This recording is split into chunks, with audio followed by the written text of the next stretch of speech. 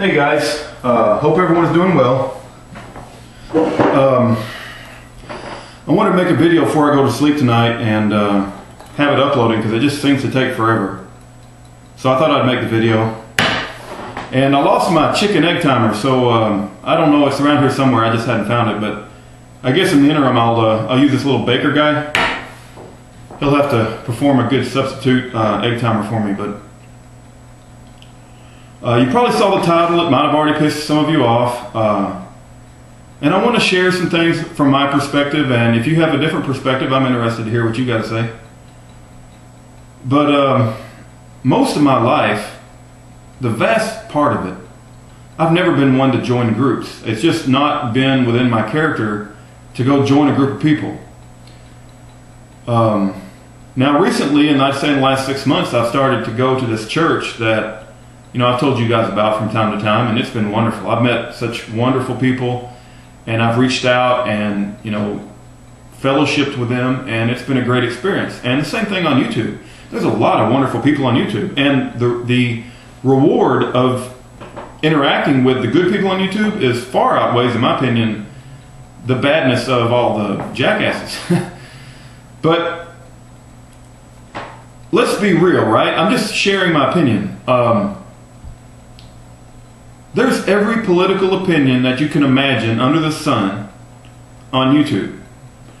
And to call for unity, first of all, let me give you an example.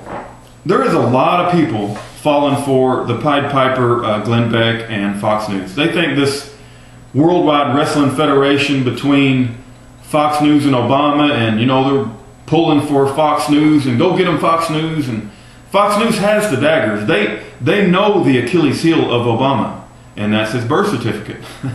We all know the Achilles heel of Obama, but nobody wants to pull it out. Nobody wants to, you know, perform the death blow, which could easily be done. We all know the history. We all know that his records would show that he's ineligible, but Fox News won't play that. So you have to ask yourself, why won't they play that card?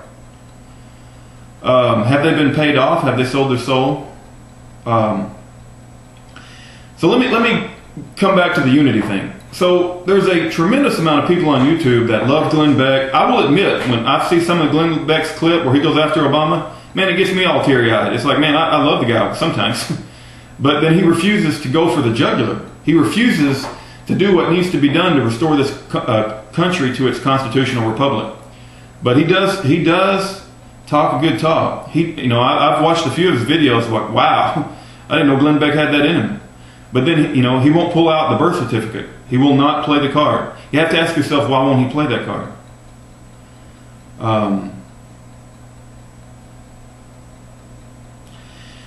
And so for all the people that want to follow the Pied Piper, Fox News, that want to get on the Fox News bandwagon, you know, Glenn Beck is their new hero, you know, the conservative movement, and we're going to do the Tea Parties. I cannot not unite with you. And people will argue with me, and they'll say, and I've even said some things in the past that, you know, now that I think about it, I'm not sure I would align with anymore. You know, we all are human beings and we all change.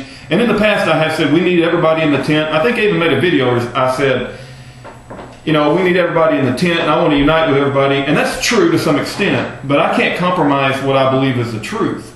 And I will get in the tent with people who want freedom and liberty, and I will, to some extent, unite with you. But I will not do so at the expense of trashing the truth, if that makes any sense. And I will not stop putting out videos that I believe are aligned with the truth. And so I will not stop attacking Fox News. I will not stop trying to bring attention to the fact that I think Glenn Beck is a Pied Piper. And although he gets me teary-eyed at times, and I love the guy at times, it's like he won't pull out the sword and get him right in the Achilles heel. Right where you know, Obama could be brought down. He won't do it. And we all know that he's not eligible to be president of the United States, but nobody wants to go down that avenue. And the only brave people that I see that are outspoken about this issue is James David Manning, Orly Tates, and Phil Berg. Now, Does anybody else find it ironic that we have a Russian-born woman fighting for the liberties of this country and trying to maintain presidential eligibility requirements? That we have a Russian-born woman. She just got fined $20,000. I'm sure that's going to set her back financially, personally, right?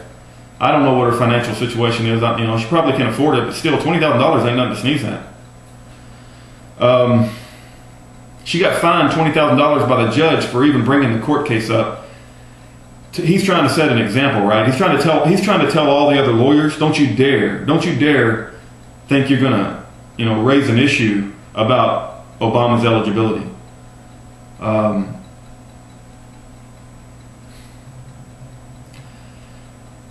So for those of you that are sending me messages or leaving me comments saying that, you know, we need to unite, yes, okay, I can unite with people to a certain extent, and I'll try to get in the tent.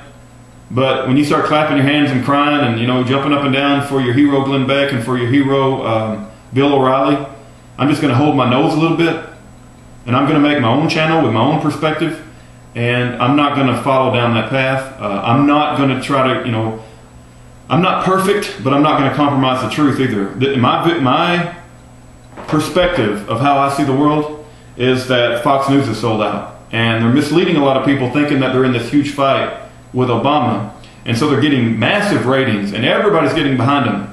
But they're not going to go for the death blow. You know, we could get him out of office in 3 months, just like James David Manning says.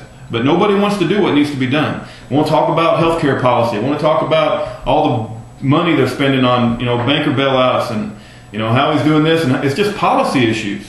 The other thing I'll say is that how long does it take to get food, water, ammunition? How long does it take to get all that and, you know, prepare your family for possible social upheaval? It doesn't take very long, right? Maybe a couple weekends? Maybe, you know, maybe it takes you a month. I don't know.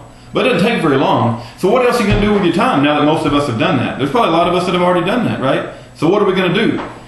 Okay, you need to do your homework. You need to educate yourself. You need to crack open the books. You need to, it's all about a war of ideas. You know, when the Bolshevik Revolution happened in Russia, they convinced the masses of the people that communism was the right thing to do by using a war of ideas, right? They didn't go to everybody's house with a gun and break open their house with a gun and say, you got to go to communism. They convinced them through propaganda and that, you know, communism is a great thing. And so we as patriots, when we spread the word, we have to be knowledgeable people about how to defend capitalism. Remember when Michael Moore attacked capitalism? He's an idiot. Michael Moore is a complete freaking idiot.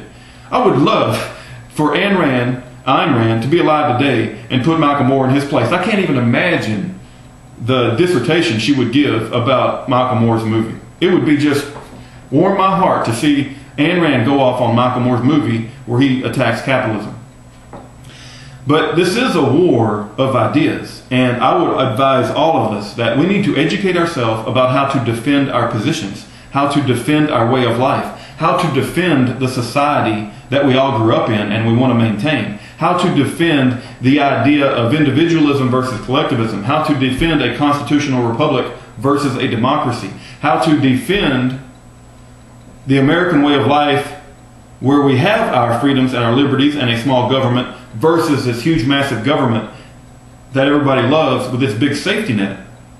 So it's all about educating yourself and finding books that help you to become dangerous, because ideas are dangerous. You have to believe that ideas are dangerous. It isn't just guns and bullets, and I admire that, guys. When you guys make videos and you show off your guns, and I've done that a few times, warms my freaking heart. I mean, an armed society is a polite society, and I love to see guns in videos. It's the greatest thing in the world. I love this. If everybody had a gun on the side, that'd be great. That'd be the greatest society in the world. You know, the Archie Bunker method of gun control is when people enter the plane, you know, it's like just everybody gets a gun.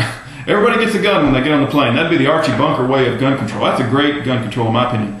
The thing I want to share with everybody is that once you're prepared, you've got your food and your water and your ammunition, and you know you're ready for hard times with you and your family, and you've made your financial investments in gold and silver, if that's what you're going to do, Educate yourself, right? Use your spare time now that you're awake and you're not watching American Idol anymore. Read books. I suggest Ayn Rand, Ron Paul. Learn about the Constitution. Read the Federalist Papers.